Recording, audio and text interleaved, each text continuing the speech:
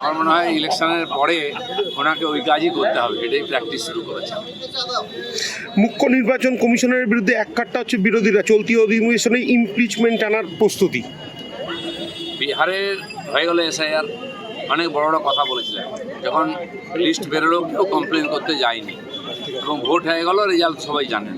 সেজন্য এই চেঁচামেচি যেটা করছেন ওনারা এসআইআরকে আটকাবার জন্য, কারণ পশ্চিমবাংলাটা হচ্ছে বিরোধীদের গড়, একমাত্র নেত্রী মমতা ব্যানার্জি। এখানে যদি উইকেট পড়ে যায় তাহলে ভারতবর্ষের বিরোধী নেতা বলে কেউ থাকবে না, কারণ ভারতবর্ষের মানুষ এখন আর শুদ্ধিকরণ শুরু করেছে। ভারতবর্ষে স্বচ্ছ ভারত তৈরি করছেন পাবলিক, দুর্নীতিমুক্ত ভারত, হিংসামুক্ত ভারত, দেশদ্রোহী মুক্ত ভারত।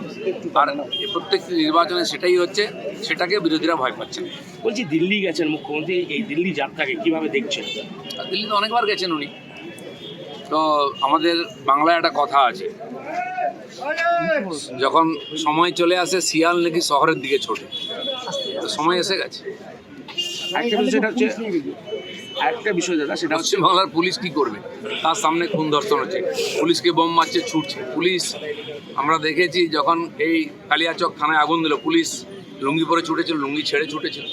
যে পুলিশ টেবিলের তলায় লুকোয় টিএমসি গুন্ডাদের দেখলে, যে আলমারির পেছনে লুকোয় ফাইল মাথায় দিয়ে, সেই পুলিশ দিল্লিতে কী করবে? আসলে পুলিশ কি জানেন না তো মমতা ব্যানার্জি, দিল্লির পুলিশ দেখে ওনার অবস্থা খারাপ হয়ে গেছে।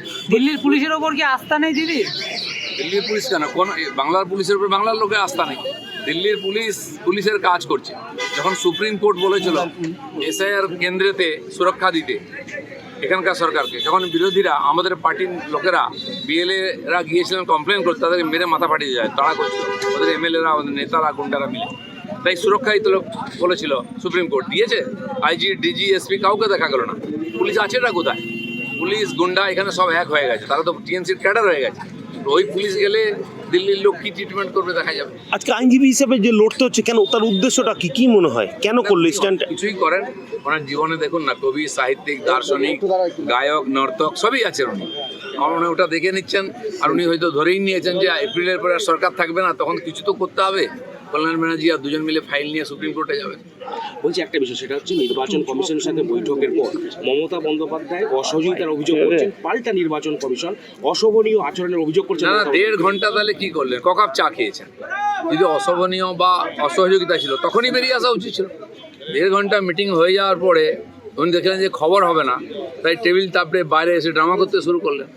তো এর আগেও ভাইপো গিয়েছিল, ওনার খুব কষ্ট হয়েছিল নাকি ওনাকে আঙুল দেখিয়ে দেয়। আপনি সকাল বিকাল আমাদের চোখ দেখান, একটু আঙুল দেখিয়ে যদি কী মহাভারত ওষুধ হয়ে গেছে। তিনি ড্রামা করেছিলেন, কী হয়ে গেল? কিচ্ছু হবে না, সব ঠান্ডা হয়ে যাবে।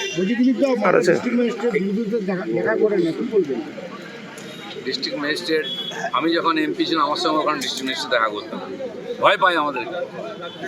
চোর ডাকাতরা ঘিরে থাকে ওদেরকে সবসময়, কী করে আমাদের সামনে আসে? ঠিক সেই জন্য এই সমস্যার সমাধান একটাই আছে, এখানে পরিবর্তন।